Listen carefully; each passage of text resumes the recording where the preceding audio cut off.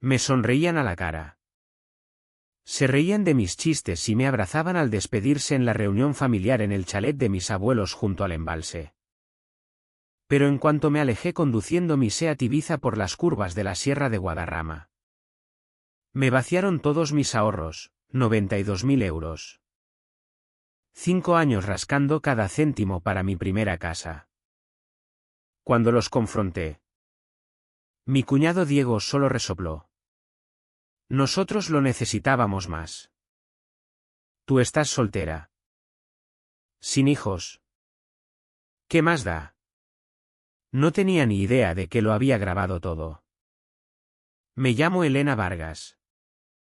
Tengo 32 años y trabajo como asesora financiera en una firma mediana en Madrid, donde tengo fama de ser la que de verdad predica con el ejemplo. Mientras mis compañeros conducen Audis y viven en chalets que apenas pueden pagar, yo vivo en un apartamento de un dormitorio en las afueras de Alcorcón. Con mi Seat Ibiza del 2015 que ya lleva más de 200.000 kilómetros y llevo la comida de casa todos los días desde hace 5 años. La gente me llama loca. Mis compañeros bromean con mi frugalidad extrema y mi familia bueno. Ellos tienen sus propias opiniones sobre cómo elijo vivir. Pero yo tenía un objetivo. Un sueño que me mantenía en pie cada vez que rechazaba una cena. Cada vez que pasaba de unas vacaciones. Cada mañana me despertaba con los pasos pesados del vecino de arriba a las 5. Quería una casa. No cualquier casa. La había encontrado 3 años antes en un paseo dominical por el barrio histórico de Chamberí. Era una casa de los años 20 restaurada. Con suelos de parquet originales. Estanterías empotradas y un porche que daba a un pequeño parque donde los niños jugaban los fines de semana y las parejas mayores paseaban a sus perros por la tarde. La anciana dueña, la señora García, me había prometido la primera opción cuando decidiera vender. Cada euro ahorrado me acercaba a ese sueño. Llevaba el progreso al milímetro, hojas de cálculo con tipos de interés, porcentajes de entrada, gastos de notaría. Sabía exactamente lo que necesitaba. Esos 92.000 euros cubrían el 20% de entrada, los gastos y un pequeño fondo de emergencia. Vivir así no era solo por el dinero. Era demostrarme a mí misma que podía ser diferente. De pequeña había visto a mis padres ahogarse en deudas. El estrés de vivir al día. Juré que yo sería lista. Que estaría preparada. Mi apartamento era espartano pero limpio, muebles de segunda mano de Rastros y Wallapop. Mi único capricho era Milo. Un gato atigrado gris que rescaté del refugio hace 2 años. A él no le importaba que el sofá fuera del 95 ni que comprara pienso genérico. Solo que llegara a casa cada noche. Preparaba tupper los domingos, pollo, arroz y verdura para toda la semana. Había aprendido a disfrutar de los placeres gratis, libros de la biblioteca, senderos de montaña, conciertos gratuitos en el parque. Mi presupuesto de ocio era 0. Pero no era infeliz. Cada sacrificio tenía sentido. Las reacciones de los demás eran lo más duro. Las citas terminaban de golpe cuando proponía un café en vez de cena o veían mi Seat viejo en el aparcamiento. Las amigas dejaron de invitarme a las noches de chicas cuando rechazaba los bares de vino caros. Pero lo más doloroso venía de mi propia familia. Eres demasiado rígida, me decía mi madre en las llamadas mensuales. Tienes que aprender a vivir un poco. ¿Cuándo vas a sentar cabeza? Mi padre añadía. No eres ninguna jovencita. Elena. Los hombres quieren mujeres que sepan divertirse. Pero los comentarios más duros venían de mi hermana pequeña Lucía y su marido Diego. Parecía que mi frugalidad les ofendía personalmente. Como si ahorrar fuera un juicio a su estilo de vida. Ellos vivían en un piso de alquiler que apenas podían pagar. Conducían coches en leasing que no les correspondían y subían fotos de restaurantes y escapadas de fin de semana cargadas a la tarjeta. «Qué suerte tener cero responsabilidades», decía Lucía cada vez que me veía. «Sin marido.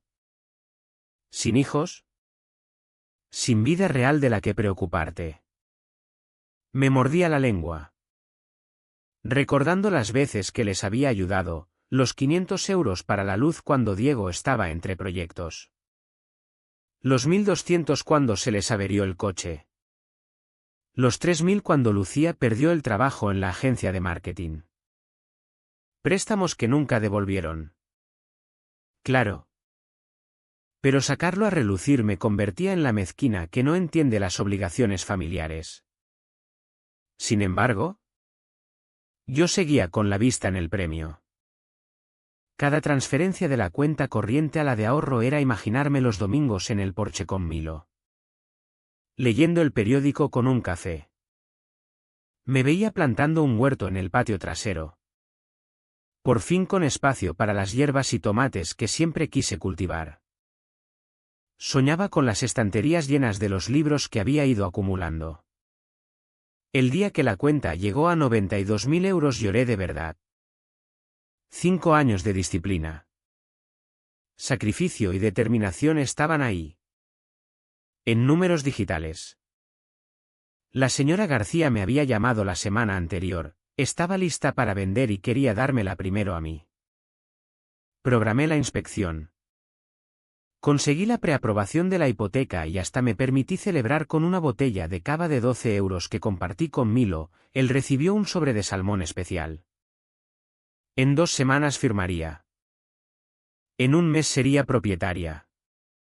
Decidí esperar a después de la reunión familiar anual para empezar el proceso. Era ese fin de semana en el chalet de mis abuelos junto al embalse. Y no quería perdérmela. Además, pensé que quizás compartiría la buena noticia. Tal vez por fin entenderían por qué vivía así. Mirando atrás, veo todas las señales que ignoré. Las preguntas cada vez más concretas de Diego sobre mi trabajo. Como Lucía de repente se interesó por mis estrategias financieras. El extraño mensaje de mi madre preguntando si guardaba todo el dinero en un solo sitio por seguridad. Pero yo estaba demasiado cerca del sueño. Demasiado cegada para ver los buitres volando en círculo. La dinámica entre Lucía y yo siempre fue complicada. Ella tenía 28 años. 4 menos que yo. Y esos 4 años parecían un abismo. Donde yo era práctica y cautelosa. Ella era impulsiva y dramática. Donde yo ahorraba. Ella gastaba. Donde yo planeaba.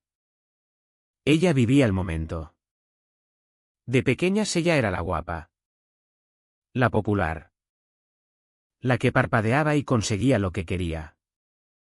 Nuestros padres. Especialmente mi padre. ¿La consentían? Lucía es más sensible. Explicaba mi madre cuando mi hermana hacía berrinches por unos vaqueros de marca. Siente las cosas más profundamente que tú. Elena. Aprendí pronto que mi papel era ser la responsable. Las buenas notas me salían solas. Así que los logros académicos eran esperados. No celebrados. Cuando entré en la Complutense con beca parcial. La respuesta fue pues claro. Cuando Lucía apenas terminó el ciclo superior después de cambiar de carrera 3 veces. Le montaron una fiesta enorme.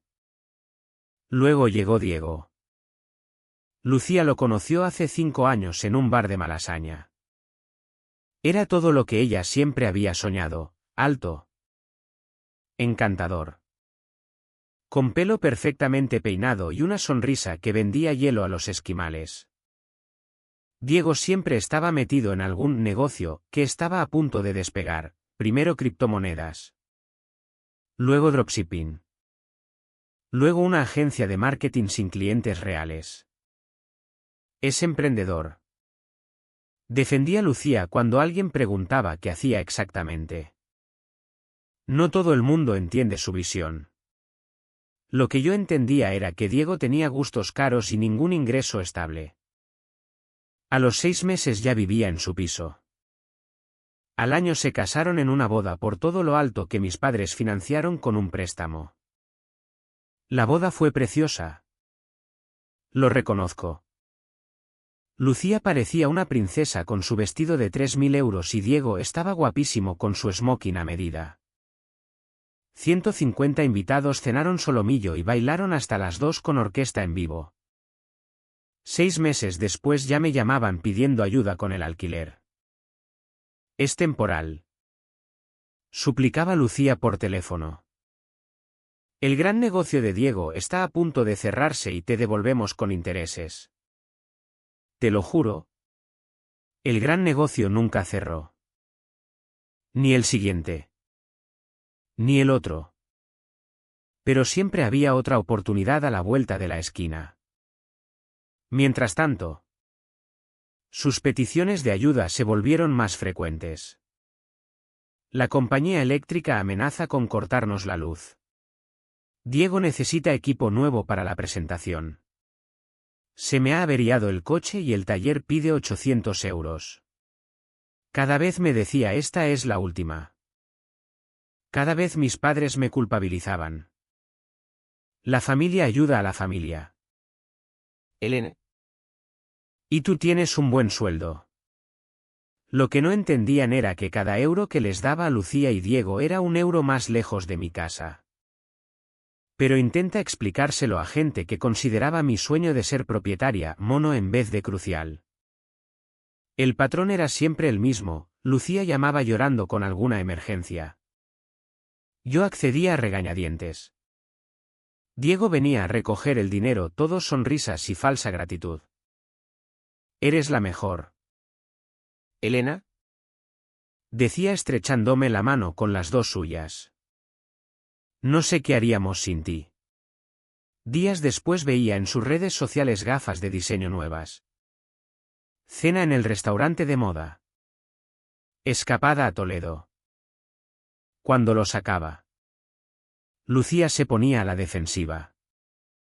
No podemos dejar de vivir. Elena. Diego necesita hacer contactos para el negocio. Estas cenas son inversiones en nuestro futuro.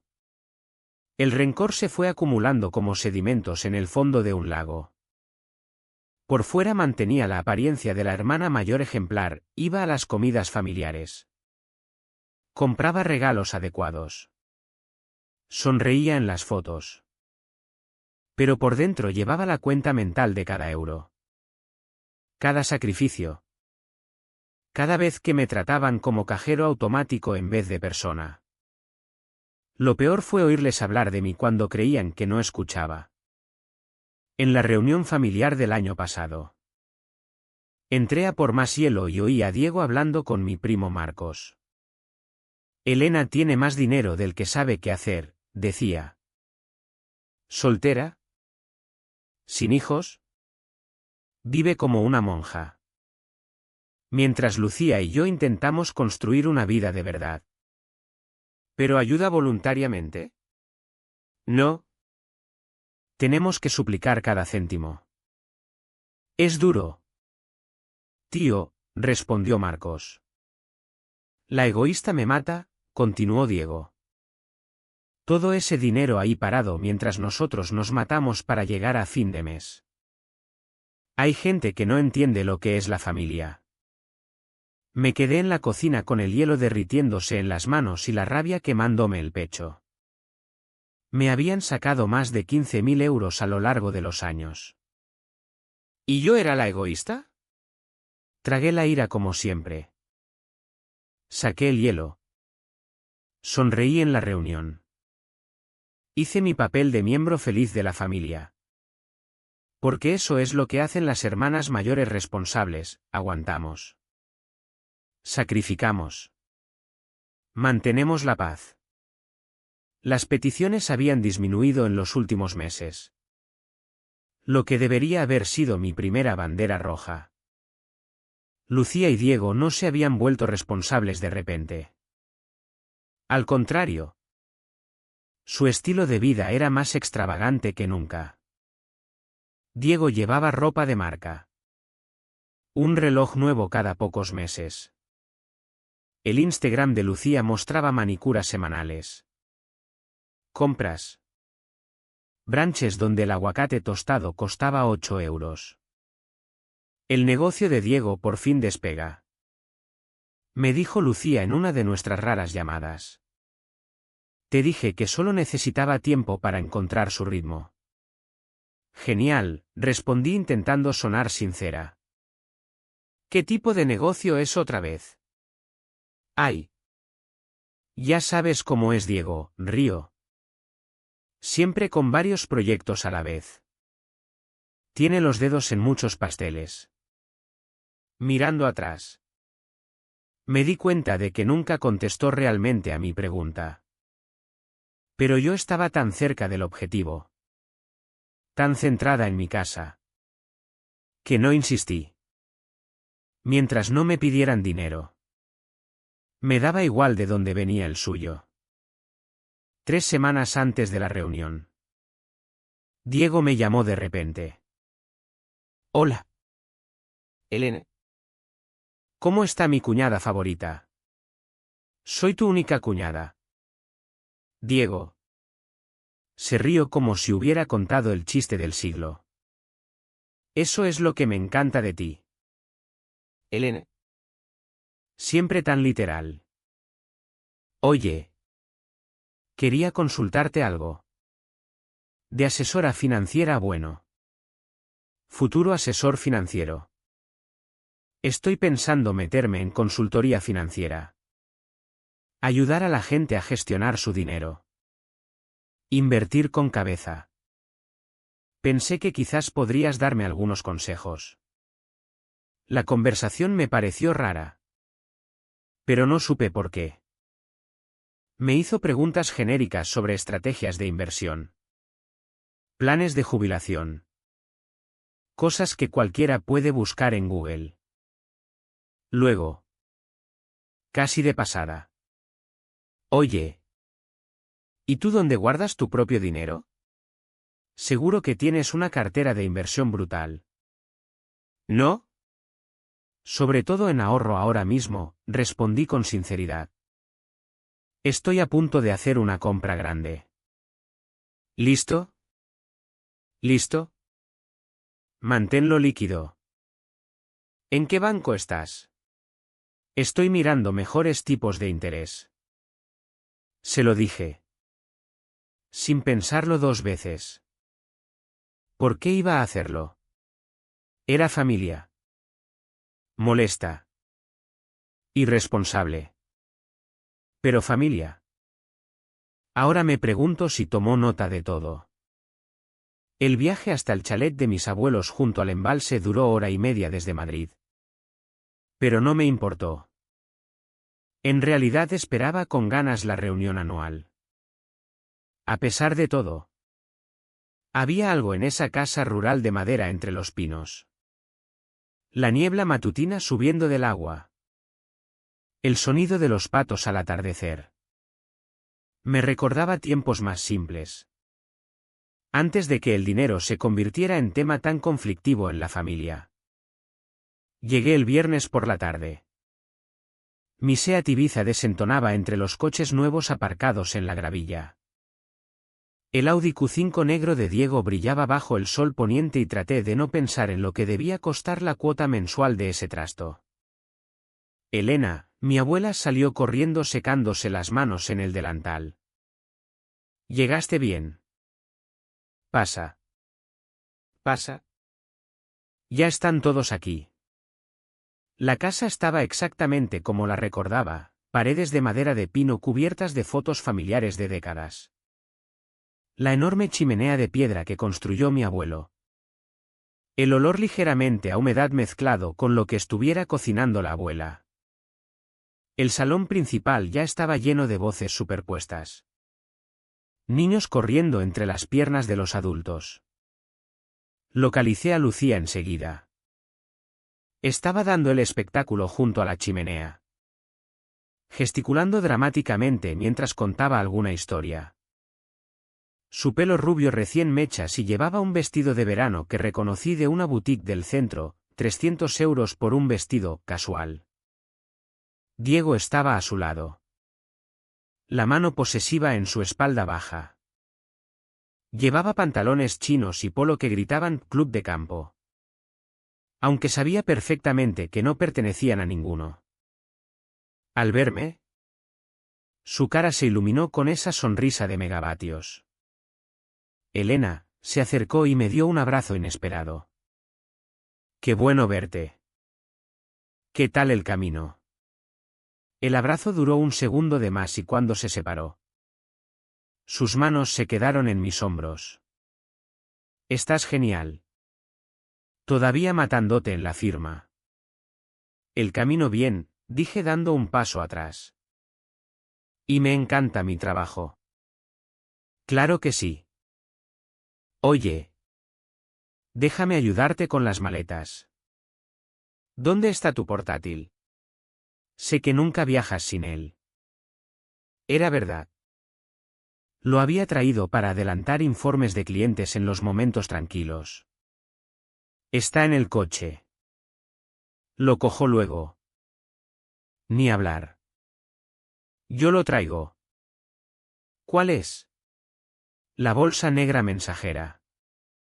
Antes de que pudiera protestar ya iba hacia la puerta. Le seguí, incómoda con que rebuscara en mi coche. Pero solo cogió la bolsa, manejándola con cuidado. Aquí tienes, dijo entregándomela. No vaya a ser que pierdas el control de esto. Seguro que toda tu vida está en ese ordenador. Solo trabajo, dije. Pero él ya volvía dentro. La cena fue el caos habitual de más de 20 familiares alrededor de varias mesas. La abuela había hecho su famoso cocido y los acompañamientos ocupaban todas las superficies de la cocina.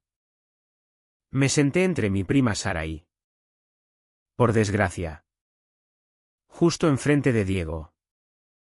Entonces, Elena, dijo sirviéndose puré.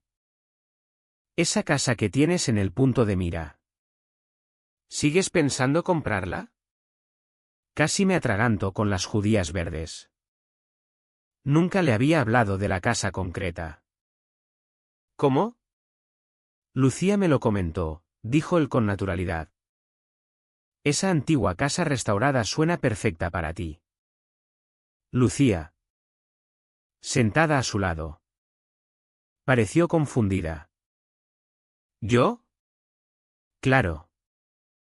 ¿Karine? ¿No me dijiste que Elena estaba ahorrando para una casa antigua en Chamberí? Se giró hacia mí. Debe costar un dineral. Esas casas viejas. Pero seguro que lo tienes todo calculado. Siempre fuiste la lista con el dinero.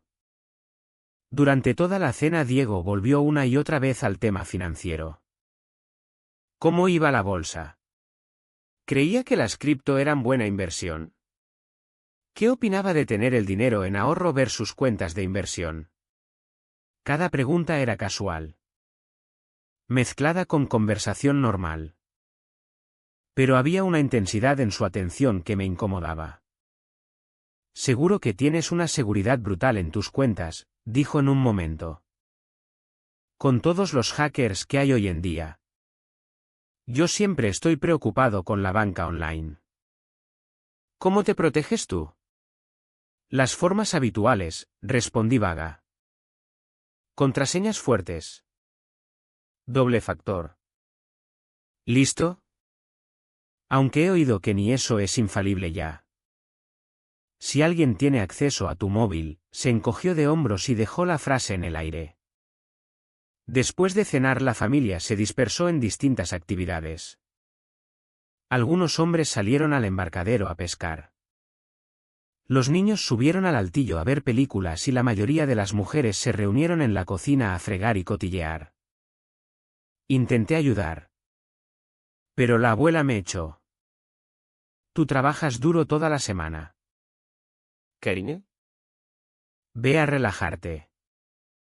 Disfruta de la noche. Cogí una cerveza y salí al porche acristalado que daba al embalse. El sol se ponía, tiñendo el agua de oro y rosa. Apenas me había sentado en una mecedora cuando apareció Diego. ¿Te importa si me uno? No esperó respuesta y se sentó en la mecedora de al lado. Noche preciosa. ¿Sabes? Elena. Siempre te he admirado. La forma en que has construido tu carrera. Cómo has ahorrado. Es impresionante. Gracias. Debe de ser agradable tener esa seguridad. Esa libertad. Dio un trago a su cerveza. Lucía y yo todavía estamos intentando encajar las piezas. Es más difícil cuando mantienes a dos personas y planeas una familia. Me mordí la respuesta de que quizás sería más fácil si él tuviera un trabajo estable. Seguro que lo conseguiréis. Oh. Sé que sí. De hecho, tengo algo grande entre manos. Algo muy grande. Se inclinó hacia adelante. Los ojos brillantes. Estas oportunidades requieren capital inicial. Dinero de inversión. Ahí viene. Pensé. La petición. ¿Cuánto sería esta vez? Pero me sorprendió. Por eso estoy siendo extra cuidadoso con la seguridad últimamente. Cuando estás a punto de recibir dinero serio, tienes que protegerte. El robo de identidad no es broma. Supongo que no. Oye. Hablando de eso, sacó su móvil. Estoy intentando meterme en esta nueva app de banca. Pero mi teléfono hace cosas raras. ¿Te importa que mire algo en el tuyo un segundo? Solo quiero ver si es mi teléfono o la app la que falla. No tengo esa app, dije. No pasa nada. Puedo descargarla rápido y luego borrarla. Ya estaba alcanzando mi móvil de la mesa auxiliar. ¿Cuál es tu código? Yo lo hago. Lo hago yo, dije cogiendo el teléfono. Venga ya, su risa sonó un poco demasiado alta. Somos familia. ¿No confías en mí? Era una pregunta tan manipuladora. Decir que no me convertía en la cuñada estirada que no confía en la familia. Decir que sí era entregarle acceso a mi vida digital. Claro que confío en ti, dije. Pero tengo correos de trabajo. Información confidencial de clientes. No puedo dejar que nadie más maneje mi móvil.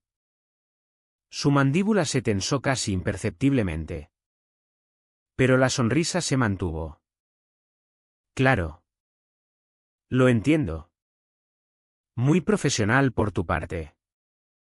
Justo entonces sonó su propio móvil. Miró la pantalla y se levantó. Debería coger esta llamada de negocios. Se paró en la puerta. Oye. Estamos bien. ¿Verdad? No quería ponerte en una situación incómoda. Estamos bien. Diego. Genial. Me estudió un segundo. ¿Sabes? Elena. A veces creo que me ves solo como el muerto de hambre que se casó con tu hermana. Pero voy a sorprender a todos pronto. Ya verás. Después de que se fuera me quedé allí intentando sacudirme la sensación incómoda que me había dejado la conversación. Algo estaba raro en Diego esa noche. Más de lo habitual.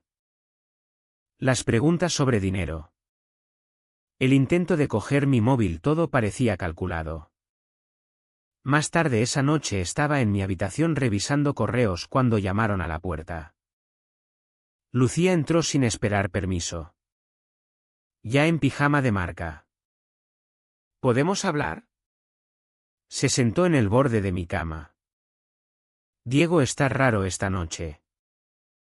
¿Raro cómo? No sé. Lleva obsesionado con esta reunión familiar desde hace semanas. Preguntando quién vendría. ¿A qué se dedica cada uno? Ese tipo de cosas. Y ha estado especialmente interesado en ti. ¿En mí? Sí. Preguntando por tu trabajo. Tus ahorros. Tus planes. Le dije que dejara de ser cotilla. Se encogió de hombros. Ya sabes cómo es. Yo sí sabía cómo era. La pregunta era si Lucía lo sabía.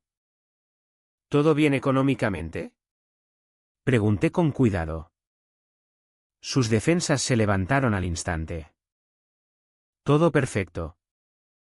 Dios. ¿Por qué todo el mundo asume siempre que tenemos problemas de dinero? No quería. El negocio de Diego va genial. De hecho, estamos genial. Se levantó bruscamente. Solo quería disculparme si te estaba molestando. Se emociona con los temas financieros. De formación profesional. Ya sabes. Salió antes de que pudiera señalar que Diego no tenía profesión. A la mañana siguiente me levanté temprano y salí a correr alrededor del embalse. La mañana era fresca y brumosa. Y tenía el sendero casi para mí. Me dio tiempo a pensar. A recordarme que en poco más de una semana firmaría los papeles de mi casa. Fuera el drama que tuvieran Lucía y Diego. Ya no era mi problema. Cuando volví, la mayoría de la familia estaba reunida en la cocina para el desayuno. Diego presidía la mesa presumiendo de su nuevo Apple Watch. Lo hace todo, decía. Mensajes. Llamadas. Incluso banca. Puedo consultar mis cuentas desde la muñeca. Debe haber costado un ojo de la cara, comentó el tío Pedro. Hay que gastar dinero para ganar dinero, respondió Diego. ¿Verdad? ¿Elena? Todo es cuestión de inversiones inteligentes. Me serví café sin contestar. Mi móvil vibró con un mensaje de mi mejor amiga Clara. Inspección de la casa sigue en pie para el jueves. Sonreí y contesté, sí. No veo la hora. Buenas noticias. Diego apareció de repente a mi lado. Solo confirmando planes para la semana que viene. Después de que vuelvas a Madrid. Sí. Perfecto. Estaba demasiado cerca. Leyendo por encima de mi hombro. Pues disfruta el resto del fin de semana. Crea recuerdos. Ya sabes. Estos momentos familiares son preciosos. Algo en cómo lo dijo me recorrió un escalofrío por la espalda. La tarde del sábado en la reunión era tradicionalmente para actividades en el agua. Los niños chapoteaban en la zona poco profunda mientras los adultos se tumbaban en el embarcadero o se turnaban en la vieja lancha.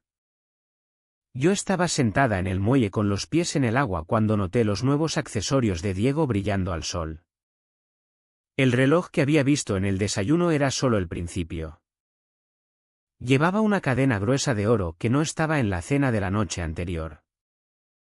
Y cuando levantó la mano para saludar a alguien, vi el destello de lo que parecía una alianza nueva de platino.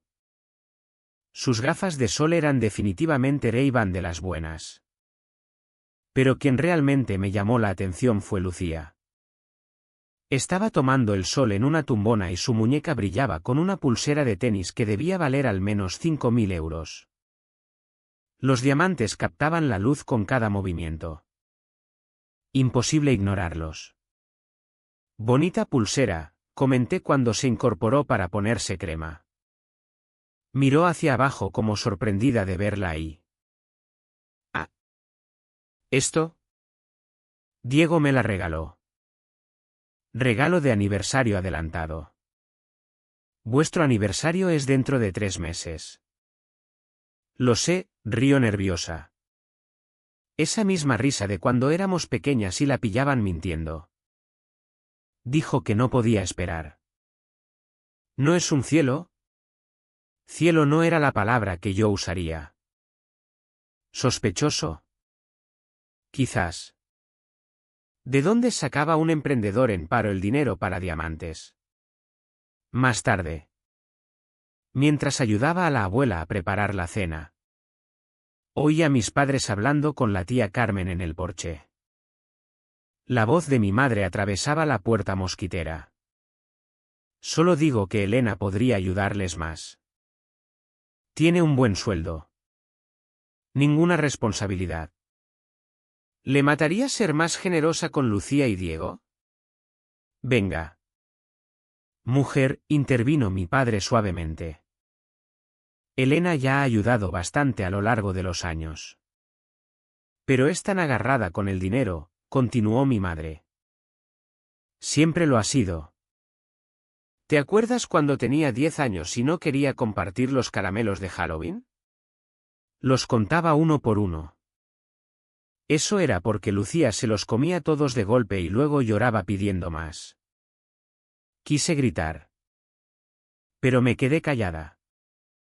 Cortando zanahorias con saña. Pues yo creo que es admirable que Elena ahorre, dijo la tía Carmen.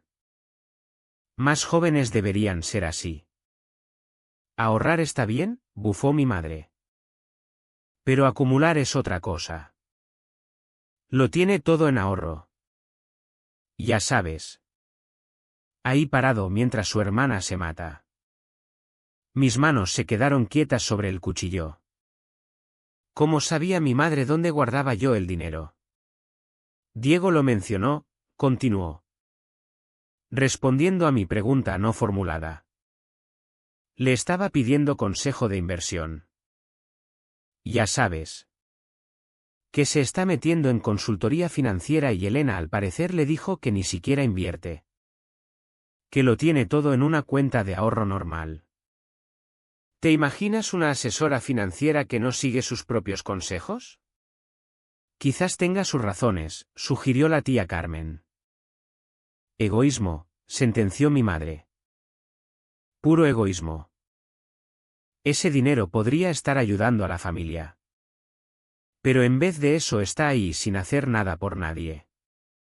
Dejé el cuchillo con cuidado. Asustada de lo que podría hacer si seguía sujetándolo.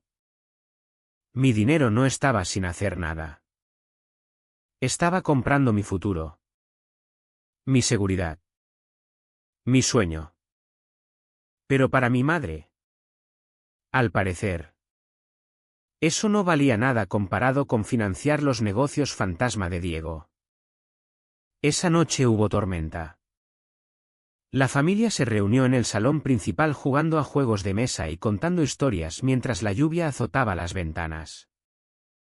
Intenté perderme en una partida de Scrabble con mis primos. Pero no dejaba de notar que Diego me observaba. Sobre las 9. En medio de un trueno especialmente fuerte.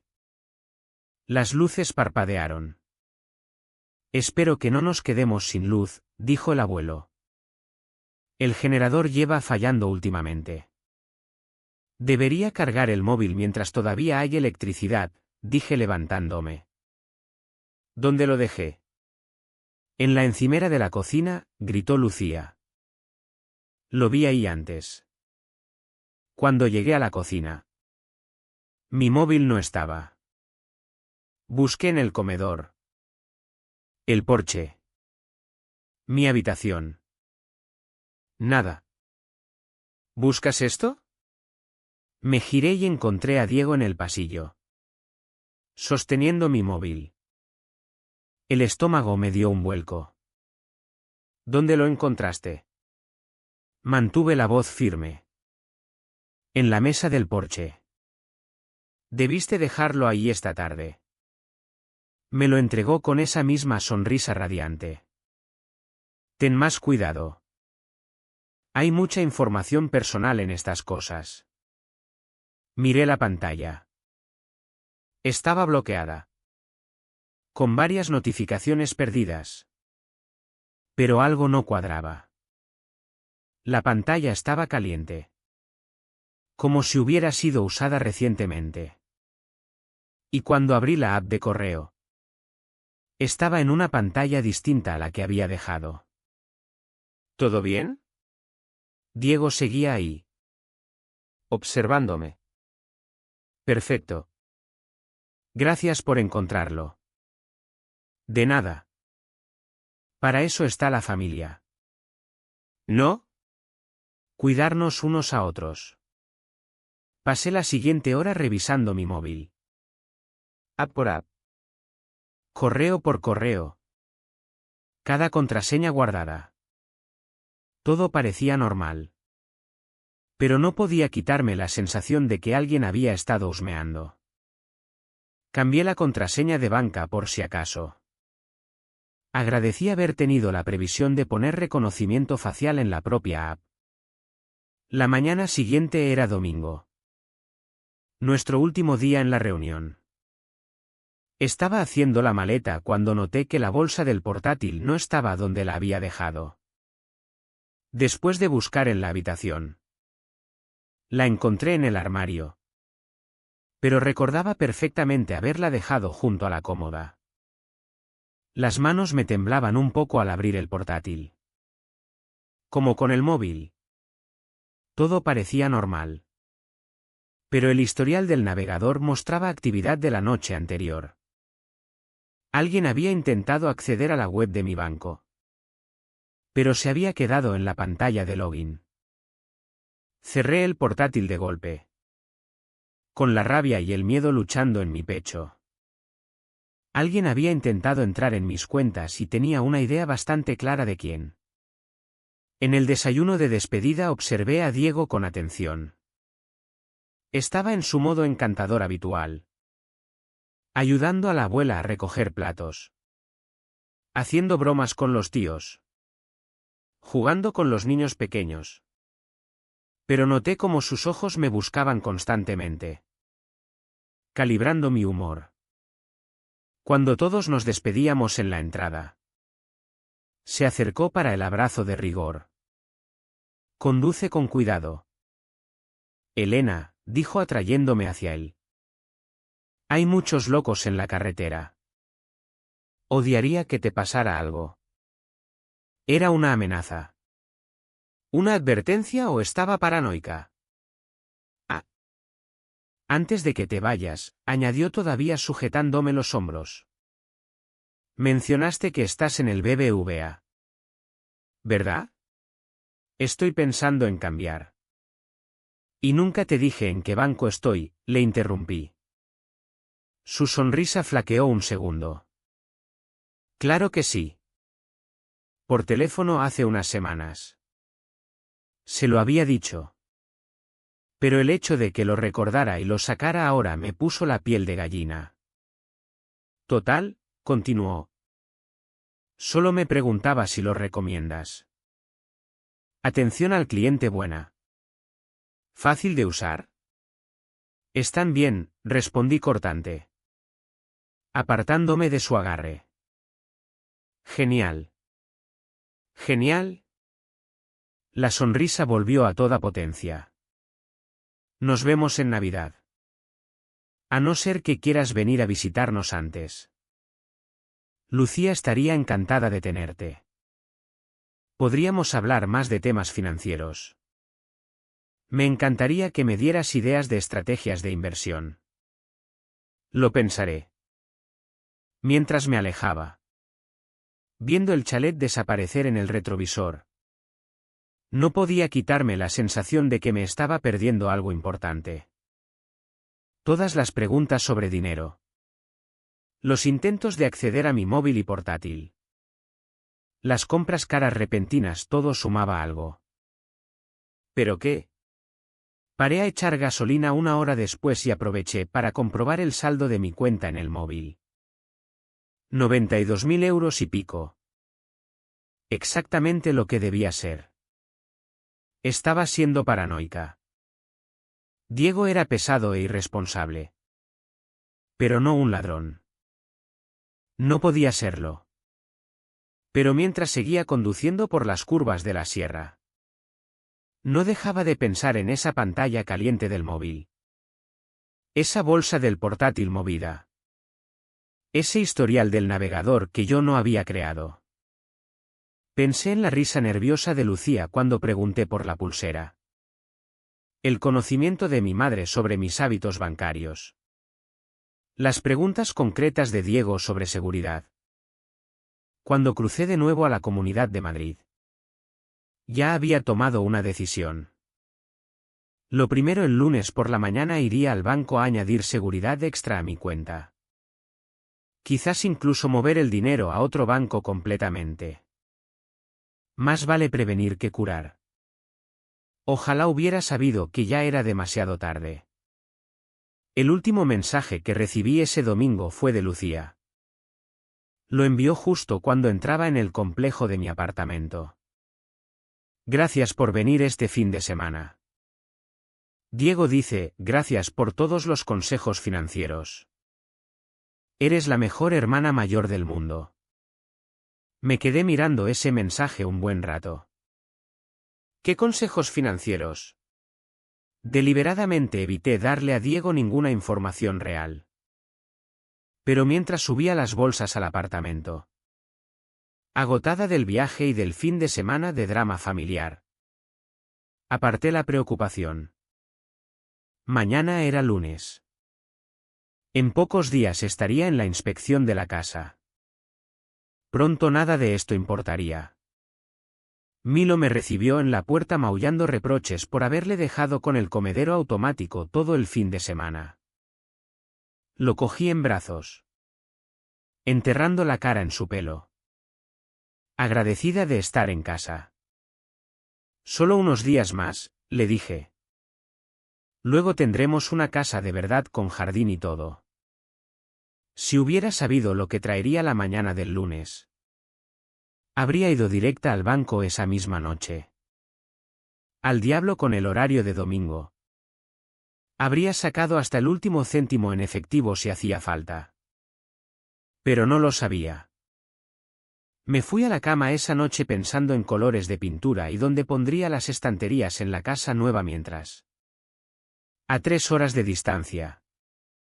Mi futuro estaba siendo robado transacción a transacción. La mañana del lunes empezó como cualquier otra. La alarma sonó a las 6:30. Milo exigió desayuno y seguí mi rutina habitual de café.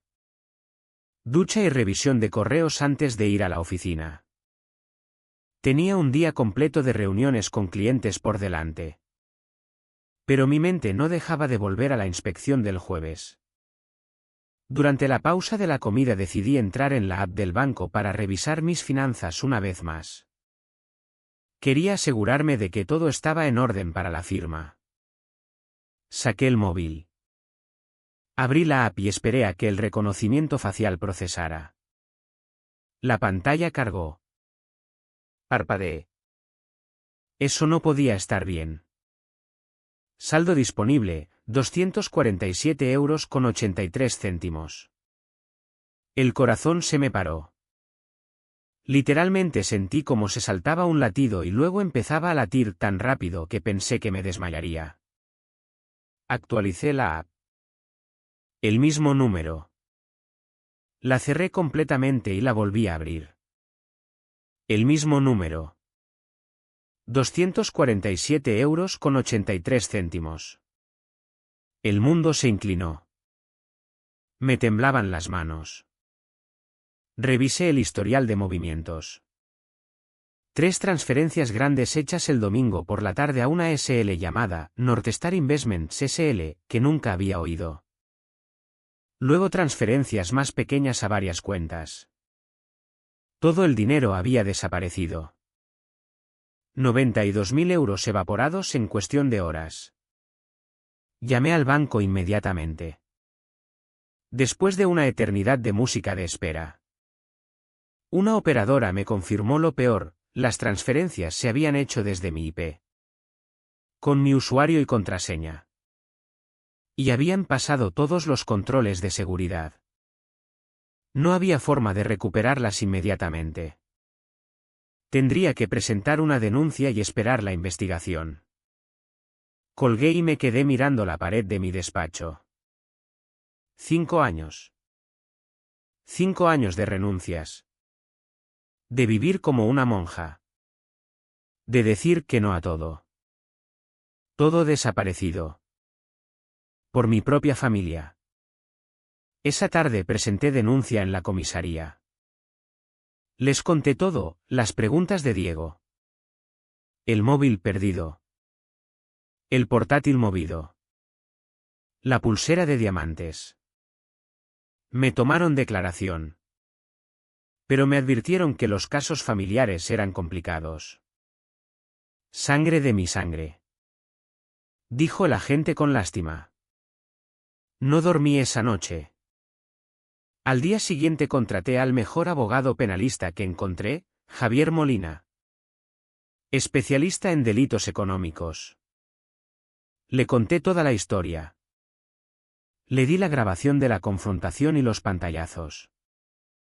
Tenemos un caso sólido, dijo después de escucharme. Estafa agravada. Administración de sustancia: los somníferos en la cerveza. Acceso ilegítimo a sistemas. Pero va a ser feo. Es tu familia. No me importó. Quería justicia. Las semanas siguientes fueron un infierno. Lucía y Diego negaron todo al principio. Luego, cuando la policía congeló las cuentas donde había ido el dinero, empezaron a ofrecer devoluciones parciales. Mi madre me llamaba llorando: son sangre de tu sangre. Elena. No puedes destruir a tu hermana. Mi padre se mantuvo más callado. Pero también presionaba. Yo no cedí. Javier presentó demanda civil y penal. Descubrimos que Diego había creado una SL falsa usando datos míos que sacó de mi portátil. Había drogado mi cerveza con somníferos que Lucía le proporcionó. Ella juró que creía que eran para ayudarle a dormir. Usaron mi huella mientras estaba inconsciente para desbloquear el móvil. Cambiaron la configuración de Face ID y vaciaron las cuentas en 3 transferencias para evitar los límites de detección. El caso salió en la prensa local de Madrid como la estafa familiar del embalse. De repente mi teléfono no paraba de sonar. Amigos. Conocidos. Hasta antiguos compañeros de instituto ofreciendo apoyo. La gente empezó a mirar a Lucía y Diego con otros ojos. El juicio civil fue primero. El juez vio las pruebas, la grabación. Los logs del banco. El historial del navegador. Los testimonios de la familia que habían oído las preguntas extrañas de Diego. Falló a mi favor. Ordenó devolver todo lo posible inmediatamente. Congelaron 31.000 euros que todavía quedaban en cuentas de Diego. El resto se había esfumado en deudas de juego. Pagos a usureros y lujos. Diego contraatacó ofreciendo 20.000 euros. ¿20.000? ¿Estás de broma? Dice que es todo lo que les queda. El resto se fue en deudas y mudanza. Javier hizo averiguaciones. Diego debía dinero a gente poco recomendable. No necesariamente peligrosos. Pero de los que cobran intereses altísimos en préstamos informales. Deudas de juego, póker online. Apuestas deportivas. Llevaba años persiguiendo pérdidas. Pensé en Lucía. Embarazada y atada a un adicto al juego que pensaba que robar a la familia era una estrategia de negocio. Contraoferta de 60.000, dije. Oferta final. Es dejarle a mi hermana una oportunidad de salir. Una sola. Si es lo bastante lista para tomarla. El jueves que debería haber sido la inspección de mi casa. Estaba en el despacho de Javier recibiendo llamadas del abogado de Diego contratado a toda prisa. Aceptan 50.000, informó Javier. En efectivo hoy. Pero solo si firmas un acuerdo de no testificar en ningún procedimiento penal. No hay trato en lo de testificar. Eso es obstrucción a la justicia. Exacto. Pero podemos acordar no asistir activamente a la acusación más allá de lo legalmente requerido. Lo consideré. 50.000 más los 31.000 congelados significaban recuperar la mayor parte. No todo. Pero suficiente. Una condición, dije. Quiero que Lucía entregue el dinero en persona y sola. Tengo algo que decirle. Javier transmitió las condiciones. 20 minutos después colgó. Aceptan. A las 4 en mi despacho. Tendré seguridad cerca. Pasé el resto del día preparando lo que quería decir. ¿Cómo condensas una vida de resentimiento? ¿Traición y confianza rota en una sola conversación? A las 3:55 estaba en la sala de reuniones de Javier. Manos cruzadas. Corazón a 1000. A las 4 en punto entró Lucía. Lucía parecía distinta. La ropa de marca había desaparecido. Sustituida por un vestido premamá sencillo que había visto días mejores. Su pelo perfectamente mechas estaba recogido en una coleta desordenada y tenía la cara hinchada de llorar. Llevaba una bolsa de deporte que dejó con cuidado sobre la mesa. 50.000, dijo sin mirarme a los ojos. ¿Cómo acordamos? Javier empezó a contar el dinero con un contador de billetes que había traído especialmente. El ruido mecánico llenó el silencio entre nosotras. ¿Dónde está Diego? Pregunté. Quería subir. Pero tu abogado dijo. Sé lo que dijo mi abogado. Quería hablar contigo a solas. Por fin me miró y vi algo que nunca había visto en los ojos de mi hermana, miedo. ¿Estás grabando esto? No. Esto es solo nosotras. Lucía. Hermana a hermana. Una última vez. Javier terminó de contar. Exactamente 50.000. Recogió el dinero y lo metió en una bolsa segura. Os dejo unos minutos. Salió cerrando la puerta tras él. Lucía se hundió en la silla frente a mí. Supongo que quieres una disculpa. Quiero la verdad. Soltó una risa amarga. ¿La verdad? La verdad es que nos estábamos ahogando y tú eras nuestro único salvavidas. Así que decidisteis ahogarme a mí en vez de eso. No tenía que ser así. Su mano se movió inconscientemente hacia su vientre. Diego dijo que ni siquiera te darías cuenta. Tenías tanto dinero. Probablemente ni mirabas el saldo regularmente. ¿Creía que no notaría 92.000 euros menos? Dijo que la gente rica nunca lo hace. Asumirías que estaba invertido en algún sitio, o se detuvo. Ahora suena estúpido. Era estúpido entonces también. Pero tú fuiste con él. Creasteis una SL. Lo planeasteis durante semanas. La SL fue idea de Diego. Dijo que nos protegería. Que parecería una transacción de negocio. Encontró una web que explicaba cómo hacerlo. ¿Y drogarme? ¿De quién fue la idea? Se encogió. No supe eso hasta después. Lo juro. Elena. Me dijo que solo iba a coger tu móvil mientras dormías. Usar el escáner de huella. Pero no funcionaba y improvisó. ¿Improvisó? Así lo llamas. Usó mis somníferos. Los molió en mi cerveza. No lo supe hasta que me lo contó después. Las lágrimas empezaron a caer por sus mejillas.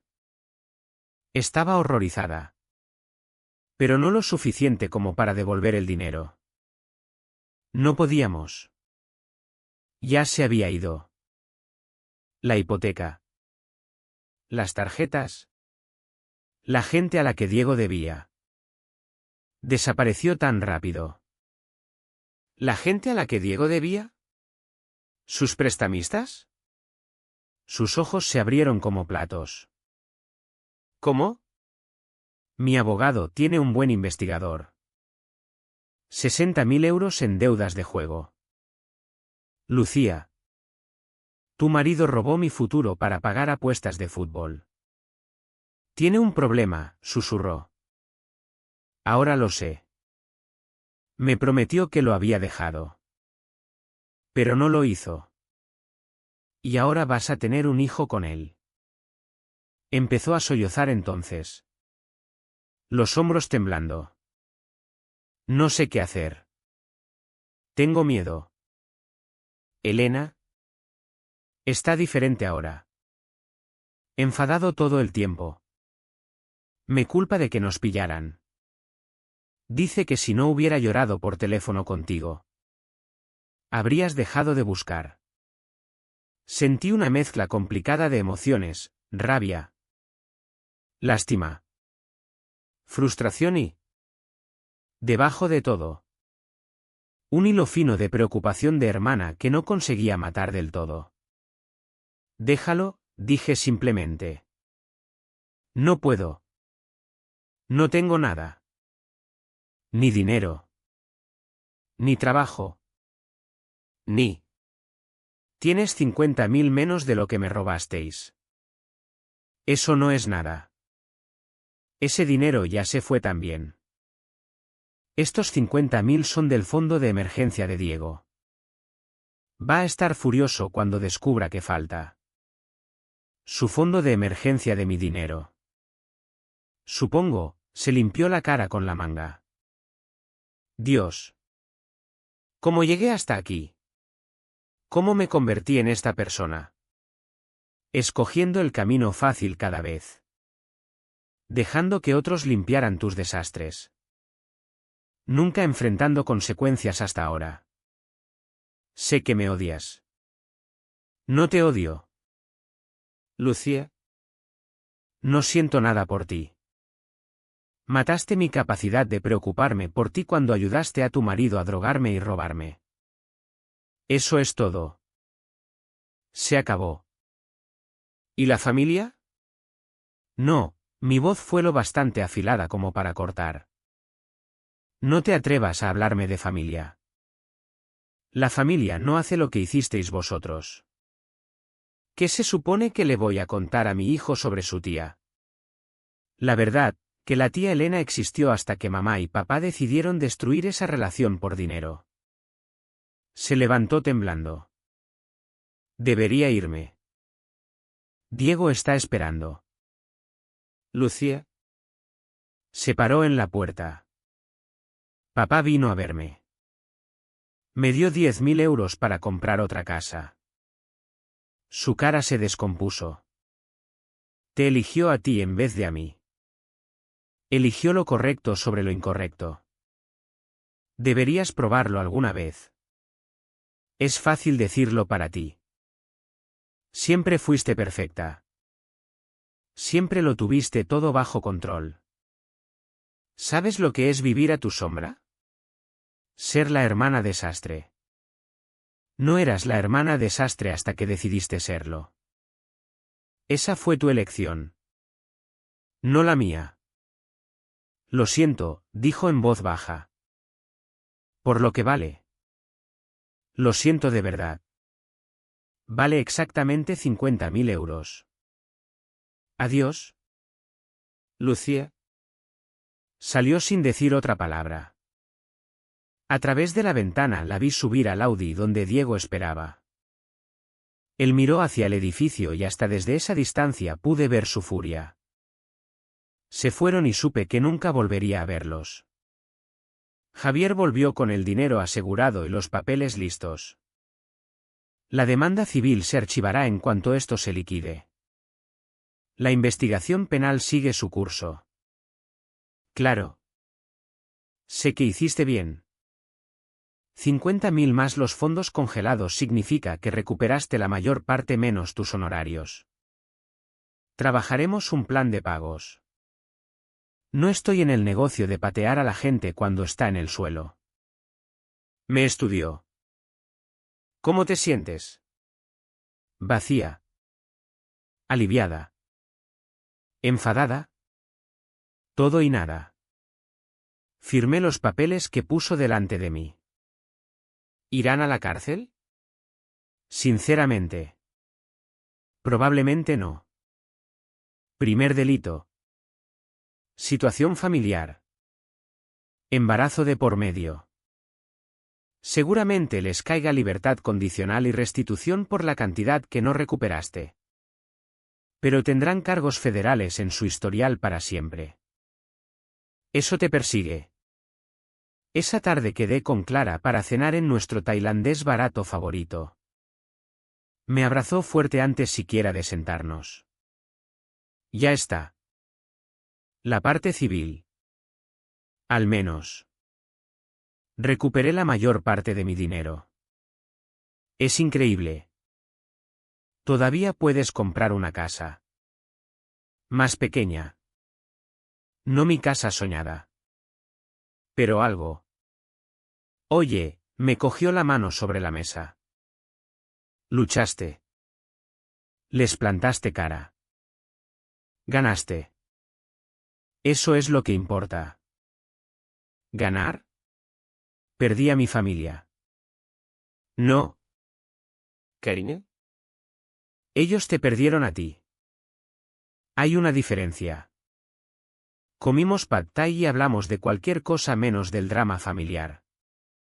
Me enseñó anuncios de otras casas. Más pequeñas pero todavía con encanto. Planeamos ir a verlas ese fin de semana. Mi móvil vibró. Un mensaje de un número desconocido. Casi lo ignoré. Luego ganó la curiosidad. Soy Marcos. Me enteré de lo que pasó. Bien hecho. Se lo merecían. Pere. La abuela dice que está orgullosa de ti por defenderte. El abuelo también. Un pequeño calor se extendió en mi pecho. No todo el mundo había elegido bando en mi contra. Otro mensaje. Este de mi jefe. Vi una casa que me hizo pensar en ti. Enviando enlace. La oferta anterior se cayó. Quizás entre en tu presupuesto ahora. Hice clic en el enlace y jadeé. No era mi casa de Chamberí. Pero se le parecía mucho. Una casita de los años 30 con suelos de madera originales y un rincón de lectura. Praíste exactamente en lo que podía permitirme con el dinero recuperado. ¿Qué? Preguntó Clara al ver mi cara. Le enseñé el anuncio. Es perfecta. Entonces vamos a verla mañana. Esa noche me senté en mi apartamento haciendo cuentas. 50.000 recuperados más 31.000 congelados más los 10.000 de papá menos honorarios legales. Podía hacerlo. No cómodamente. No fácilmente. Pero podía comprar una casa. Milo saltó a mi regazo ronroneando. Le rasqué detrás de las orejas. ¿Qué opinas? ¿Colega? ¿Listo para una casa de verdad? Maulló y frotó la cabeza contra mi mano. Mi móvil sonó. El detective Morales. Señora Vargas. Quería actualizarla. Presentamos cargos penales contra su hermana y su cuñado. Fraude informático. Conspiración. Estructuración de transacciones para evitar declaración. Se enfrentan a posible prisión. Entiendo que hay algo más. Encontramos evidencia de víctimas anteriores. 3 personas más a las que Diego se acercó y luego robó cantidades menores. Pero el patrón está claro. Su caso nos ayuda a construir un cuadro más grande. ¿Esas personas recuperarán su dinero? Intentaremos. Pero usted plantando cara y aportando pruebas quizás haya impedido que lo hicieran a otros. Después de colgar me quedé en la oscuridad un buen rato, pensando que había perdido a mi familia. Mi casa soñada. Mi sensación de confianza. Pero también había ganado algo. El conocimiento de que podía luchar por mí misma. De que no tenía que ser la víctima perpetua. La que siempre perdonaba. Siempre ayudaba. Siempre era aprovechada. Mi móvil se iluminó con un último mensaje. Esta vez de mi padre. Tu madre se fue a ver a Lucía a la prisión. Yo no fui. Me quedo aquí. Sigues siendo mi hija. Y sigo estando orgulloso de ti. La cena del domingo es a las 6 si quieres venir.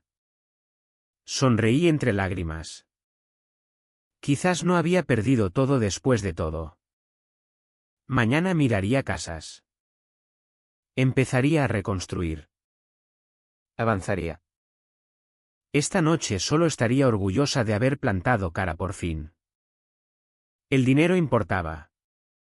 Pero no tanto como eso. 3 semanas después estaba otra vez en el despacho de Javier. Pero esta vez el ambiente estaba cargado de anticipación. Estaba en altavoz con el detective Morales y una fiscal federal llamada Sarah Chen. Hemos rastreado las transacciones de Northstar Investments SL, decía la fiscal. Su cuñado cometió un error crítico. Usó la SL para pagar directamente sus deudas de juego, creando un rastro de papel directo a sus prestamistas. ¿Cómo nos ayuda eso?, pregunté. Establece patrón e intención. Pero más importante, uno de esos prestamistas ya está bajo investigación federal por blanqueo. Diego acaba de conectarse a un caso mucho más grande. Javier silenció el teléfono. Esto es bueno. Elena. Muy bueno. Significa que se lo toman en serio. Hay más, añadió el detective Morales. Hemos estado monitorizando sus comunicaciones. Diego ha intentado mover el dinero restante al extranjero. Interceptamos correos a bancos en las Islas Caimán. ¿Podéis pararlo? Ya está hecho. Congelamos todas las cuentas que pudimos encontrar asociadas a cualquiera de los dos. Pero por eso llamamos. Necesitamos que hagas algo. El estómago se me encogió. ¿Qué? Queremos montar una reunión controlada. Llevarías un micrófono. Conseguirías que admitieran el robo en grabación. De ninguna manera, dijo Javier inmediatamente. Mi clienta ya ha pasado suficiente. Espera, le interrumpí. ¿Qué tendría que hacer? La fiscal explicó. Querían que llamara a Lucía. Fingir que tenía dudas sobre los cargos penales. Sugerir una reunión para discutir retirar los cargos a cambio de una confesión completa y la devolución del dinero restante. Es peligroso, advirtió Javier después de colgar. Estas personas ya demostraron que están dispuestas a drogarte. Ahora están desesperados, dije. La gente desesperada comete errores. Exactamente por eso es peligroso. Pero ya lo había decidido. Me habían quitado el poder una vez. No dejaría que el miedo me impidiera recuperarlo. 2 días después estaba sentada en una furgoneta del Cuerpo Nacional de Policía aparcada fuera de un Starbucks en Guadalajara. A medio camino entre Madrid y donde Lucía y Diego se alojaban con un primo. Una agente llamada Martínez me estaba pegando un micrófono en el pecho. Actúa con naturalidad, dijo. Estaremos escuchando y viendo todo. Si te sientes amenazada en cualquier momento, usa la palabra segura piña y entramos. ¿Pie? Entendido. Recuerda. Necesitamos que admitan la planificación. El drogado y el robo. No fuerces demasiado. Pero guía la conversación hacia ahí si puedes. Las manos me temblaban mientras entraba en la cafetería. Ya estaban allí. En una mesa de la esquina. Diego tenía mal aspecto, sin afeitar. Ojeras. Con una camiseta arrugada en vez de su polo habitual. Lucía estaba peor, el embarazo ya se notaba claramente. La cara demacrada por el estrés. Elena, Diego se levantó cuando me acerqué. Ese falso encantó volviendo a la vida. Gracias por aceptar reunirte. Me senté frente a ellos. El corazón latiéndome tan fuerte que estaba segura de que lo oían. He estado pensando, empecé siguiendo el guión que había ensayado. Quizás las cosas se fueron de las manos con los cargos penales. Lucía me cogió la mano sobre la mesa. Oh. Elena. Sabía que entrarías en razón. Somos familia. Necesito oírlo primero, dije retirando la mano. ¿Todo? La verdad de lo que pasó. Los ojos de Diego se entrecerraron. ¿Qué verdad? Ya lo sabes. Sé lo que he reconstruido. Quiero oírlo de vosotros. ¿Todo? ¿Cómo lo planeasteis? ¿Cómo lo hicisteis? ¿Por qué? Entonces quizás podamos hablar de seguir adelante. Se miraron. Lucía asintió ligeramente. Bien, dijo Diego. ¿Quieres la verdad? Noté tu app del banco en tu móvil en Navidad. Vi tu saldo cuando estabas mirando algo. 92.000 euros ahí sentados. Así que decidisteis cogerlo. ¿No entonces? Pero cuando las deudas se pusieron feas. Me acordé. Empecé a pensarlo. Tú tenías tanto y nosotros nada. ¿Cuándo decidisteis hacerlo de verdad? Hace un mes. Cuando empezaron a llegar los avisos finales, se recostó. Volviendo algo de su vieja arrogancia. Sabía que nunca nos lo darías. Eres demasiado egoísta para eso. Me mordí la lengua ante la ironía. Así que la reunión fue el momento perfecto. La reunión fue el timín perfecto, intervino Lucía. Diego dijo que si podíamos acceder a tu móvil solo unos minutos. Pero la biometría era un problema. Diego continuó. No podíamos usar tu cara mientras estabas despierta. No podíamos coger tu huella sin que lo supieras. Así que... me drogasteis. Pastillas para dormir en tu cerveza, dijo con naturalidad. Como si describiera echar azúcar al café. Lucía las proporcionó. No sabía para qué eran. Protestó Lucía. Dijo que tenía problemas para dormir. Cállate. Lucía, la máscara de Diego se resbaló un segundo. Mostrando la fealdad debajo. Sí. Te drogamos. Sí.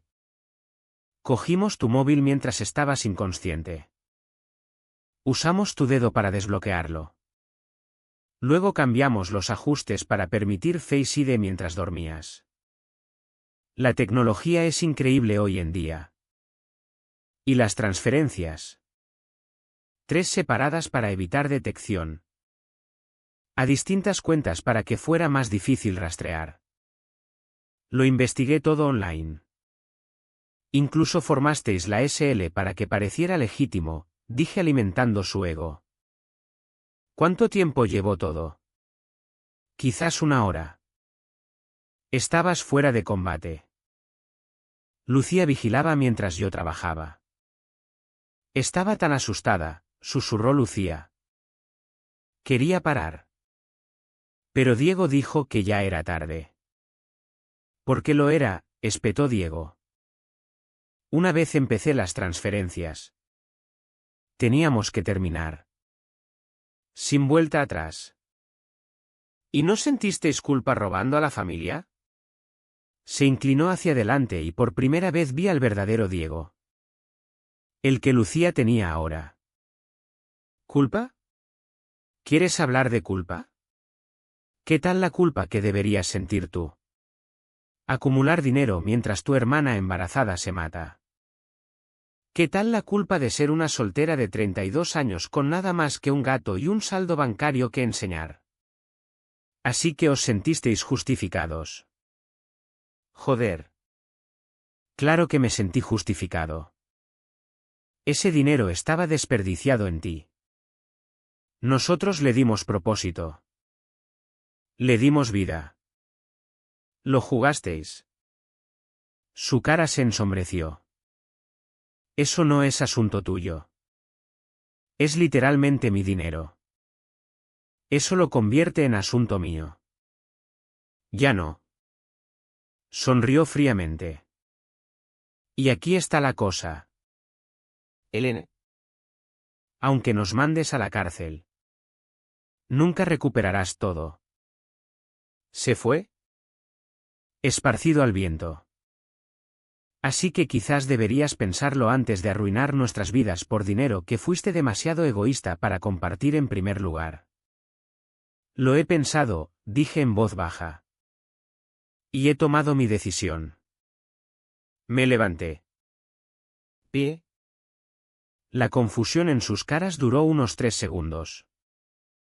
Luego las puertas se abrieron de golpe y los agentes irrumpieron. Diego Santos. Lucía Santos. Quedan detenidos por fraude informático. Conspiración para cometer fraude.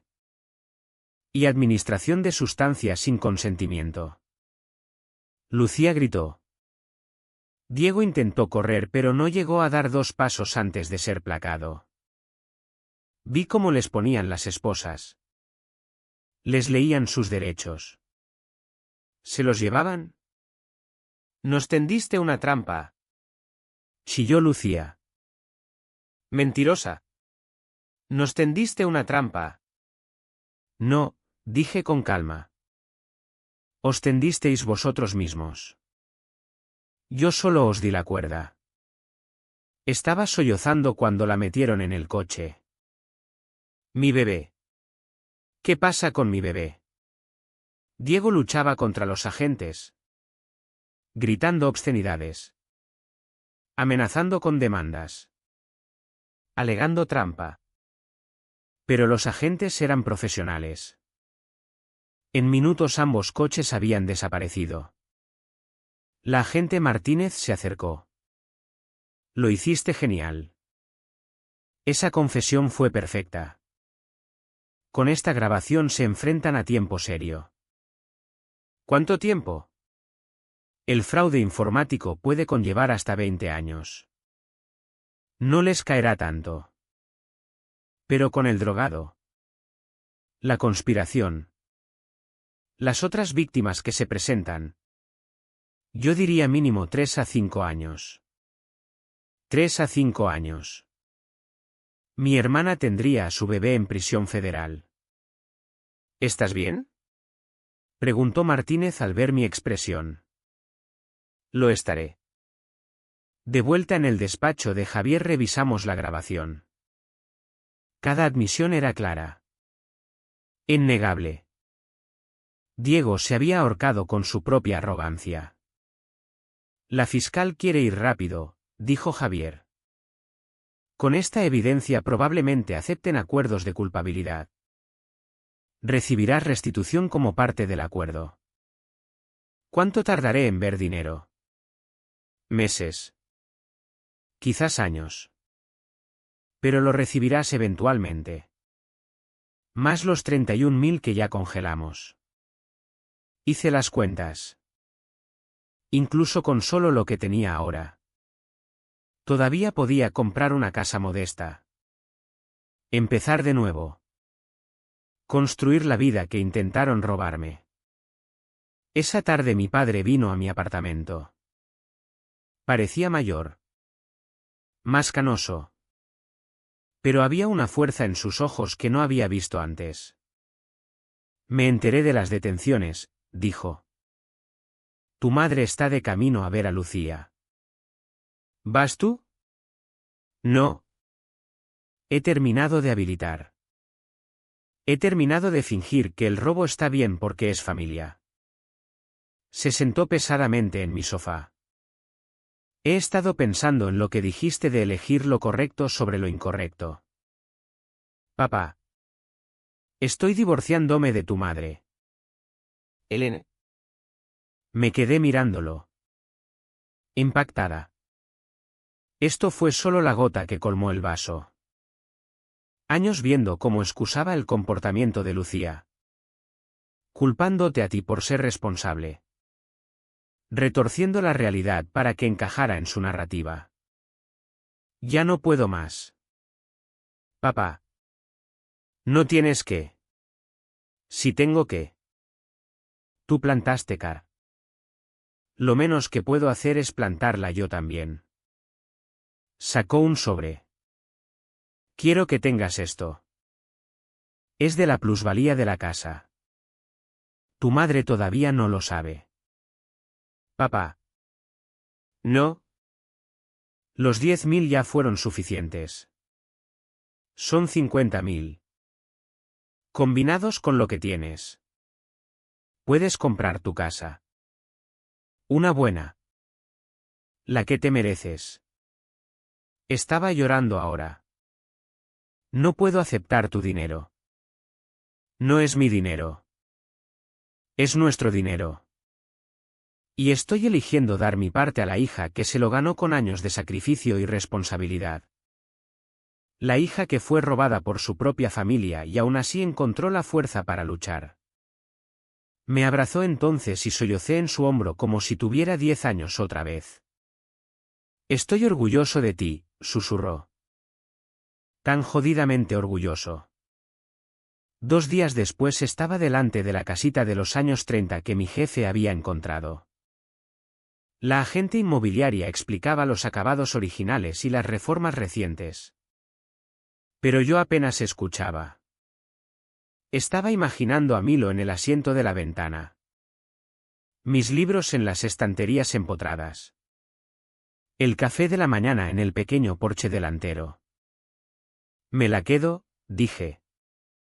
¿No quieres ver el resto? Esa noche recibí una llamada de un número desconocido. Contra mi mejor juicio.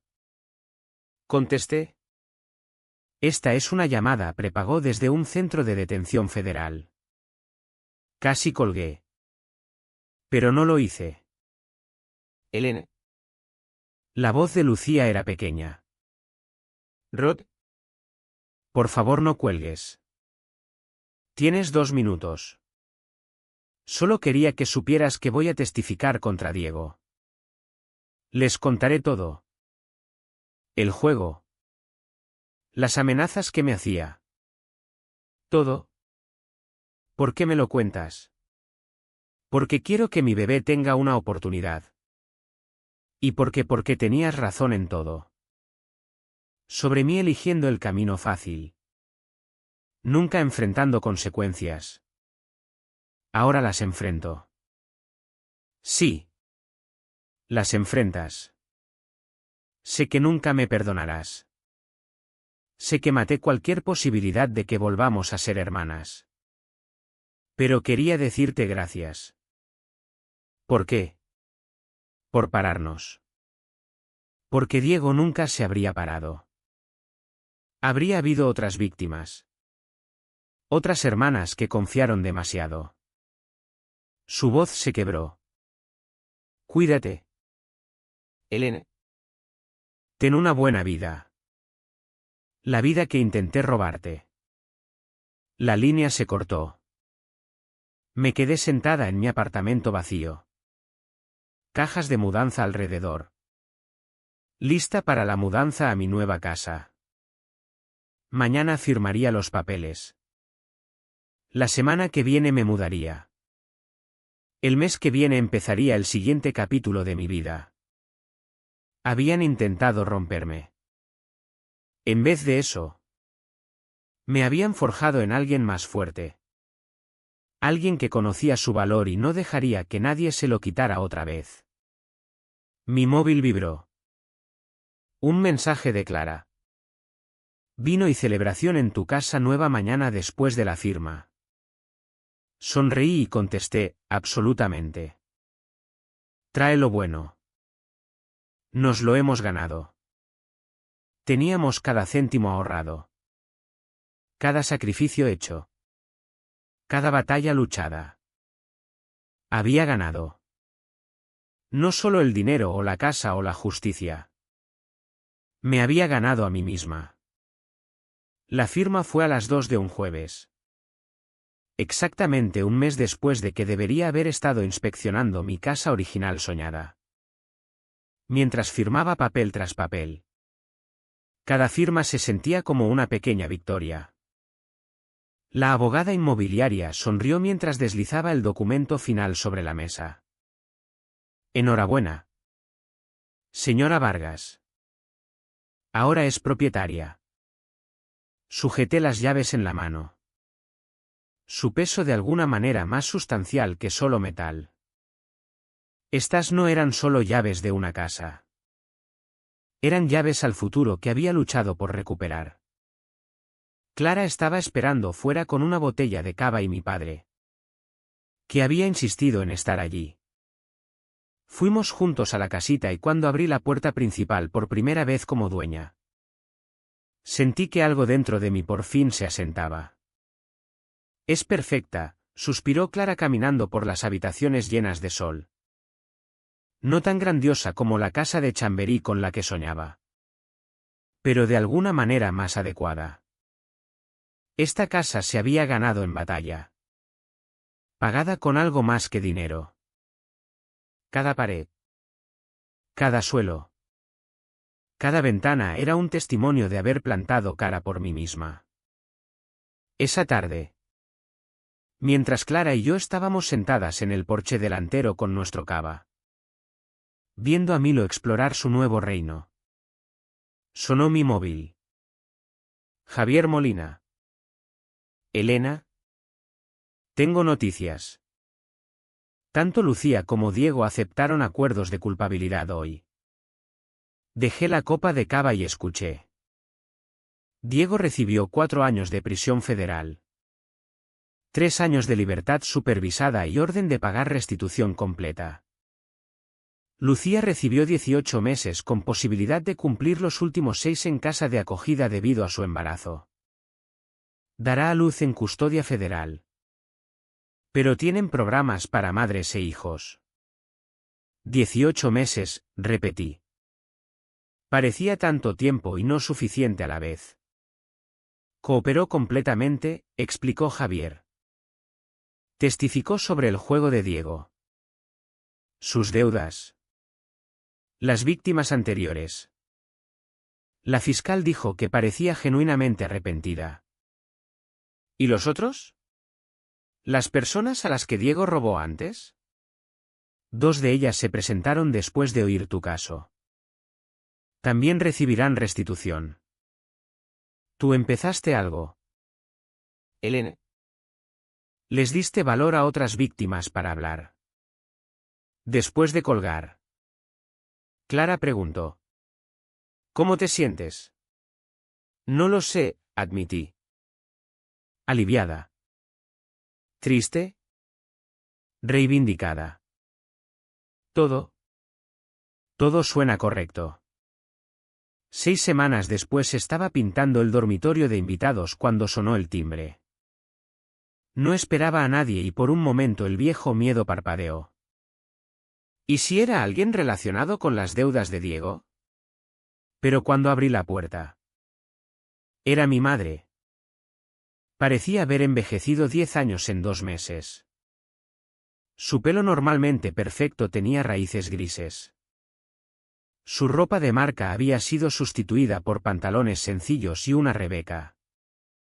Hola. Elena. Mamá. ¿Puedo pasar? Me aparté en silencio. Entró. Mirando alrededor de la casita con algo parecido a sorpresa. Es preciosa, dijo suavemente. De verdad preciosa. Gracias. Nos quedamos incómodas en el salón hasta que señalé el sofá. Se sentó en el borde, sujetando el bolso como si fuera un salvavidas. Vine a disculparme, dijo sin preámbulos. Estaba equivocada en todo. Sobre ti. Sobre Lucía. Sobre lo que significa la familia. Esperé. Fui a verla, continuó. En prisión. A mi niña con un mono federal. 6 meses embarazada. Hablando de asignaciones de trabajo y cuentas de la cantina. Su voz se quebró. ¿Y sabes qué dijo? Dijo que estaba contenta. Contenta de que los pillaras. Contenta de que hubiera terminado. Dijo que la prisión era la primera vez en su vida que no podía huir de sus errores. Debió ser duro oírlo. No tanto como darme cuenta de que ayudé a crear a la persona en la que se convirtió. Siempre poniendo excusas. Siempre sacándola del apuro. Siempre culpando a otros, culpándote a ti por sus fracasos. Me miró directamente por primera vez. Fallé a las dos. Fallé a Lucía nunca dejándola enfrentar consecuencias. Y te fallé a ti castigándote por ser responsable. Mamá. Por favor, déjame terminar. Tu padre y yo estamos en terapia. Por separado y juntos. Estoy intentando entender cómo me convertí en alguien que podía defender el robo de los ahorros de toda la vida de su propia hija. Que podía culpar a la víctima en vez de a los criminales. ¿Qué quieres de mí? Nada, dijo simplemente. No tengo derecho a pedir nada. Solo quería que supieras que ahora lo veo. Todo. Los años de sacrificio que hiciste. La ayuda que diste incluso cuando te dolía. La fuerza que hizo falta para plantarles cara. A ellos. A nosotros. Se levantó para irse. Pero se paró en la puerta. Tu padre dice que ahora cenáis juntos los domingos. Sí. Me alegro. Te mereces tener familia que te apoye. Miró alrededor de la casita otra vez. Has construido algo bonito aquí. Elena. No solo la casa. La vida. Estoy orgullosa de ti. Aunque no tenga derecho a estarlo. Después de que se fuera me senté en el porche un buen rato. Procesando. No estaba lista para perdonarla. Quizás nunca lo estuviera. Pero algo en mi pecho se aflojó un poco. 3 meses después recibí una carta reenviada desde el despacho de Javier. La dirección de remite era un centro penitenciario federal. La letra de Lucía. Querida Elena. Tuve a mi bebé. Una niña. La llamé Emma como la abuela. ¿Está sana? Perfecta. La prisión tiene un programa donde puedo tenerla conmigo los primeros 18 meses. No es ideal. Pero es algo. Quería que supieras que pienso en lo que dijiste cada día. Sobre elegir el camino fácil. Sobre enfrentar consecuencias. Tenías razón. La prisión es dura. Pero también es la primera vez que tengo que ser responsable. Nadie a quien culpar. Nadie que me saque del apuro. Solo yo y mis elecciones. Diego y yo nos estamos divorciando. Está furioso. Claro. Manda cartas amenazantes a través de su abogado. Pero por primera vez en mi vida no tengo miedo de que alguien se enfade conmigo. Tú me enseñaste que a veces hacer lo correcto significa que la gente te odiará por ello. No espero perdón. No espero nada. Solo quería que supieras que tu sobrina existe y que quizás algún día, cuando haya demostrado que he cambiado, pueda conocer a su tía Elena, la que fue lo bastante fuerte para salvarnos de nosotros mismos. Cuídate. Lucía. Leí la carta 3 veces. Luego la guardé en un cajón. Quizás algún día estaría lista para ser la tía Elena. Quizás no. Pero esa era mi elección. En mi tiempo. El domingo siguiente. Durante la cena con mi padre. Le conté lo de la carta. Una nieta, dijo suavemente. Nacida en prisión. ¿Cómo te sientes con eso? ¿Triste? ¿Esperanzada? Decidida a ser mejor de lo que fui. Sonrió con tristeza. La terapeuta dice que eso es progreso, sentir múltiples emociones sin elegir solo una. ¿Vas a verlas? ¿A Lucía y al bebé? Eventualmente. Cuando estén en la casa de acogida. Cuando sea más sano para todos. Me estudió. ¿Te molestaría? No, dije y lo dije en serio. Sigue siendo tu hija. Emma es tu nieta. Puedo no tener contacto con ella sin esperar que todos los demás hagan lo mismo. Te has vuelto muy sabia. Elena. No sabia. Solo con límites. Esa noche me senté en mi rincón de lectura con Milo, mirando alrededor de mi pequeña casita. Las paredes que había pintado yo misma. Los muebles que había elegido con cuidado. La paz que había ganado a través del fuego. No era la vida que había planeado, esa vida había sido robada. Pero era la vida que había construido de las cenizas. Y era buena. Mi móvil vibró. Un mensaje de mi jefe.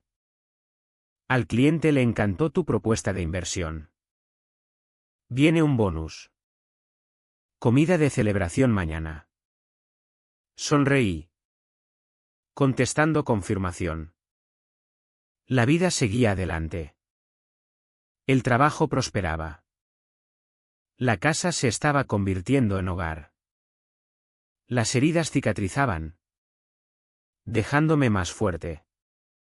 9 meses después de las detenciones recibí otra llamada de Javier. Los pagos de restitución habían empezado, cantidades pequeñas mensuales que continuarían durante años. Pero llegaban. La justicia podía ser lenta. Pero era constante. Hay algo más, dijo. ¿Recuerdas a las otras víctimas? Una de ellas quiere conocerte. Dice que le diste valor para denunciar su caso. Quiere darte las gracias. Acepté reunirme con ella. Sara tenía 60 y pico. Una profesora jubilada a la que Diego había estafado 3 años antes con sus ahorros de jubilación. Tomando café. Me contó cómo se había sentido demasiado avergonzada para denunciar. Demasiado avergonzada de haber caído en sus esquemas. Pero cuando vio tu caso en las noticias, dijo, me di cuenta de que no estaba sola. Esa vergüenza estaba dejando que se saliera con la suya. Así que gracias, Elena, por ser lo bastante valiente para luchar. Las dos luchamos, la corregí. Eso requiere valor a cualquier edad. Mientras volvía a casa de esa reunión, me di cuenta de que algo había cambiado. La historia ya no era solo sobre lo que me habían quitado. Era sobre lo que había encontrado: fuerza, límites, respeto por mí misma y, quizás en alguna pequeña forma, sobre ayudar a otros a encontrar esas cosas también. Un año exacto después del robo estaba en mi patio trasero organizando una fiesta de inauguración que por fin me había sentido lista para dar. Clara estaba allí. Por supuesto. Mi padre. Con mejor aspecto que en años. Mi primo Marcos y su familia. Algunos compañeros de trabajo. Mi vecina que se había convertido en amiga, un círculo pequeño pero sólido de gente que había demostrado ser de confianza. Mientras el sol se ponía y las luces de hadas que había colgado se encendían, Clara levantó su copa para un brindis. Por Elena, dijo. Que se enfrentó a ladrones, mentirosos y drama familiar. Y salió al otro lado con una casa preciosa y una columna vertebral de acero aún más preciosa. Todos rieron y bebieron. Y entonces lo sentí. Felicidad. No la felicidad complicada y condicional de mi vida antigua. Siempre esperando que cayera el otro zapato. Sino felicidad real construida sobre terreno sólido. Esa noche, después de que todos se fueran, me encontré otra vez en mi rincón de lectura. Milo roncaba suavemente en su sitio favorito junto a la ventana. La casa estaba tranquila. En paz. Mía. Pensé en Lucía en la casa de acogida con el bebé Emma. En Diego en prisión federal probablemente planeando su próximo esquema. En mi madre trabajando sus problemas en terapia.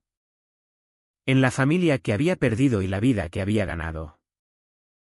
El dinero había importado. Claro que sí. Representaba años de sacrificio y sueños aplazados. Pero lo que importó más fue lo que pasó después de que me lo quitaran. La elección de luchar en vez de rendirme. La decisión de exigir justicia en vez de callar. La fuerza de reconstruir en vez de quedarme rota. Me habían robado 92.000 euros. Pero yo había ganado algo que no tenía precio. El conocimiento de que podía sobrevivir a la traición. Luchar por mí misma y construir una vida en mis propios términos. Sonó el timbre. Inusual a esa hora tan tarde. Cuando abrí. No había nadie. Pero había un paquete en el porche. Dentro había un marco de madera hecho a mano con una foto que nunca había visto, mi abuela y yo en el lago. Tomada en lo que debió ser la última reunión. Había una nota adjunta. Pensé que deberías tener esto. La abuela siempre decía que eras la más fuerte. Tenía razón. Marcos. Lo colgué en la pared esa noche. Un recordatorio de que no todas las conexiones familiares se habían roto. De que la fuerza podía ser tranquila y paciente. De que a veces la mejor venganza no es venganza en absoluto. Es simplemente negarse a dejar que nadie te robe la capacidad de construir una buena vida. Mientras apagaba las luces y me dirigía a la cama en mi casa ganada, susurré un gracias al universo. No por hacer las cosas fáciles, sino por hacerme lo bastante fuerte para manejarlas cuando no lo eran.